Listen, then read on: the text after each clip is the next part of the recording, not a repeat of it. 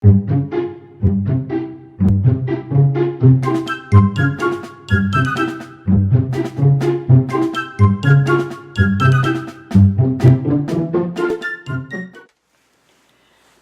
15. The Payoff. Dan was hurled violently into the foaming water. As he went under, he held his breath and instinctively turned his head upward. After what seemed an eternity, his face emerged from the water. But the boy was helpless. Bound hand and foot, he rolled over on his back trying to float. The gag in his mouth had become water-soaked. He began to choke. This, he thought, was it. As black despair claimed him, a hand reached out of nowhere to support his back. The gag was jerked from his mouth so that he could breathe again. Gratefully, he sucked in a big mouthful of air. Twisting his head, Dan saw that it was Jacques who had saved him. The boy was treading water beside him, supporting his body with his left hand. "Lie still," Jacques commanded. "I tow you. Police boat come. Pick us up." Even as he spoke, the powerful beam from the approaching launch spotlighted the water about them. A moment later, both boys were hauled aboard. "Jacques, you saved me," Dan murmured gratefully as the other boy bent to unfasten the ropes which bound him. "Thanks." Gravely, they shook hands and wrung the water from their dripping garments. "And you deliberately crashed the boat so the police would catch up with us?" Dan added. "Why, Jacques?" The boy shrugged. "Only way," he answered briefly. After freeing Dan, Jacques watched anxiously while police picked up his uncle, Frisk Fagan, and Joe Matt. The three had saved themselves by clinging to the sinking boat. Before the men could release the boxes of stolen furs, police had them covered. They were forced aboard the launch and the smashed motorboat taken into tow. Fagan's forehead was cut, and Jabowski nursed an injured arm. Otherwise, the crash had left themselves unscathed. "This is your fault," Joe muttered as he looked over at Jacques savagely as the policeman snapped handcuffs on his wrist. "Yellow rat, I wish I'd let you go that time you sneaked away." During the ride back to the dock, police officers took detailed statements from both Dan and Jacques. The latter spoke in broken English and had difficulty in telling his story. However, he revealed that in recent weeks he had been held virtually a prisoner at Skeleton Island. Brought to America from France by his uncle, everything had gone well until Jabowski had fallen in with the evil companions. On the night that the Cubs had found him lying exhausted on the beach, the boy had been assigned to carry a message in code to Joe Matt. "And what did that message say?" Dan asked. "I figured out only the first word before it was snatched from the cave." "Coming through 24, Jacques revealed. "Today, the 24th. That meant the fur shipment. Jacques nodded, explaining the message. Relaying the tip-off men to his uncle had been intended for Joe Matt, but instead of delivering it, the boy had made up his mind to run away. "I left for my uncle's boat and swim away in the dark," he added. "Reach shore, hard swim." "You were plenty tired when we found you," Dan recalled. "I understand now why you were so unwilling to talk. You were deeply involved with your uncle and the gang." "Uncle good to me," Jacques said. "Bring me to America." "I get the picture now," Dan said. "Without meaning to, I let Joe Matt know you were staying at the cave.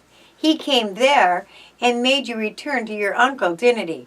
Jacques nodded, his eyes now on the shore lights, which now were close by.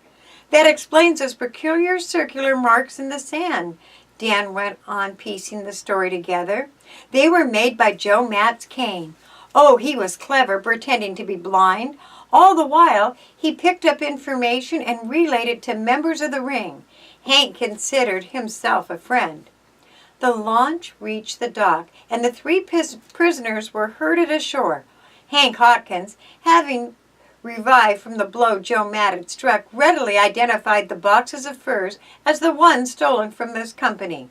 "Another one of the gang got away," he told police excitedly. He pulled out in a taxicab. "That would be Paper Bag Eddie," Dan informed. "The driver of the cab was in on the deal too. We'll get 'em both, the boy assured. If not tonight, within a day or two. Eddie is a key man of the ring of river pirates. The gang is composed of tip-off men, hijackers, a lawyer, and a bail bondsman. Also a fence or two who sell the loot. But we'll round 'em up in time. All 3 prisoners, and Jacques as well, were taken to the police station to be booked on larceny charges. However, officers assured Jacques that he would not be held for trial, provided that he would testify against Joe Matt and the other members of the gang. This the boy agreed to do. Dan's narrow escape at the hands of the river pirates became the talk of Webster City during the next few days. Especially was his adventure the chief topic of conversation among the cubs of both Den 1 and Den 2. "You're a hero, Dan," Brad told him proudly. "Why, you brought that gang to its heels single-handedly." "Don't give me that line," Dan laughed. "I was just an unwilling passenger. Jock was the one who brought the capture. To do what he had to do and turn on his own uncle in and risk prison himself, that kid sure has what it takes." "He's a cub too," Brad said proudly. "He joined in France. Mr. Hatfield trying to make arrangements to keep him here in Webster City. Maybe he'll join our den." "Here's hoping. He'll be a live wire, that's certain." As both boys knew, Jock had been released on probation to Mr. Hatfield. Temporarily, the French lad was living in the cub leader's home, where he would remain until called to testify in court. 3 days elapsed. At the end of that time, the cubs were elated to learn that Paperbag Eddie had been captured in a neighboring city. Thereafter, one by one, other members of the ring were arrested and returned to Webster City to face charges. "Now that the entire gang is in the jug, I feel a lot safer," Dan remarked one night to Brad. The 2 boys had arrived early at the cave prior to a den meeting at which Jacques was to be taken in as a member. "For a while, I couldn't look at a sack of popcorn and not be afraid," said Dan. One by one, the cubs and their parents began to arrive for the meeting. Mr. Hatfield started off with a little talk. First, he told the boys how proud he was that Den 2 had won the swimming meet and the silver trophy which now graced the table in the cave. Next, the cub leader paid tribute to Dan for his coolness in the face of danger. Finally, he spoke of the cub ideals and the honor of the organization. "A real cub is always square," he emphasized, smiling across the room at Jacques. "Crooked people are unfair, even to themselves. So the cub follows the law of God and man. I commend Jacques for being true to the ideals he was taught as a cub. The organization is proud to claim him as a member." "3 cheers for Jacques," proposed Dan. The cubs gave them all with a will. Mr. Hatfield was on the verge of proposing a song when footsteps were heard on the steps leading up to the cave. Everyone turned to see Mr. Mannheim standing in the doorway. The owner of Skeleton Island looked a little embarrassed. "Hope I'm not intruding," he said awkwardly. "Certainly not, Mr. Mannheim," the cub leader replied. "The cubs always are pleased to have visitors." "Matter of fact, I came here on business," the island owner said, entering the club room. "May I have permission to speak a few words?" "The floor is yours," the cub leader told him. Mr. Mannheim faced the circle of cubs. He cleared his throat and then began. "Boys, I owe you an apology. I've meant to come here before, but the truth is I've been ashamed. You all know what happened at Skeleton Island. My man Jabowski, in whom I placed a great trust, deceived me." Suddenly made aware that Jacques was in the group, Mr. Mannheim coughed in embarrassment and added quickly, "But that is not what I came here to say. I apologize to the cubs for misjudging them. Events have proven conclusively that Dan Carter was right and that I was wrong." "Under the circumstances, your mistake was natural, Mr. Mannheim," the cub leader said politely. "After all, the cubs were a trifle hasty in their actions." The island owner waved aside the apology.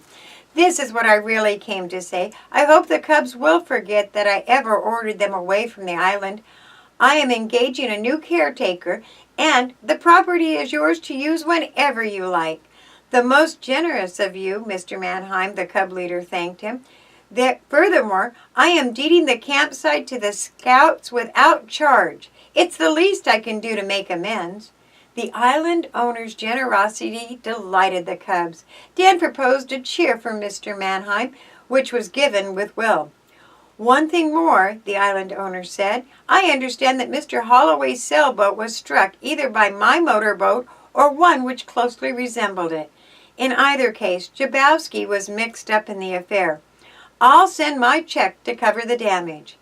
"It really isn't necessary," Mr. Holloway protested. "I wanted to do it," Mr. Mannheim insisted. The cub meeting now ended quietly with the singing of the Star-Spangled Banner. After the last note had died away, the boys clustered about Jack to grasp his hand and welcome him to the organization. "Very glad to be a cub," the boy grinned. "Glad to be an American, too." "Don't think we aren't tickled to have you," Brad said warmly. "Oh, we'll have wonderful times next summer at Skeleton Island," Dan added with an air of deep satisfaction. He linked arms with Jacques and Brad as the boys trooped out of the cave. "Best of all, we've proved to Mr. Mannheim that cubs really know their stuff." The end. Nighty-night, Snooky Ookums.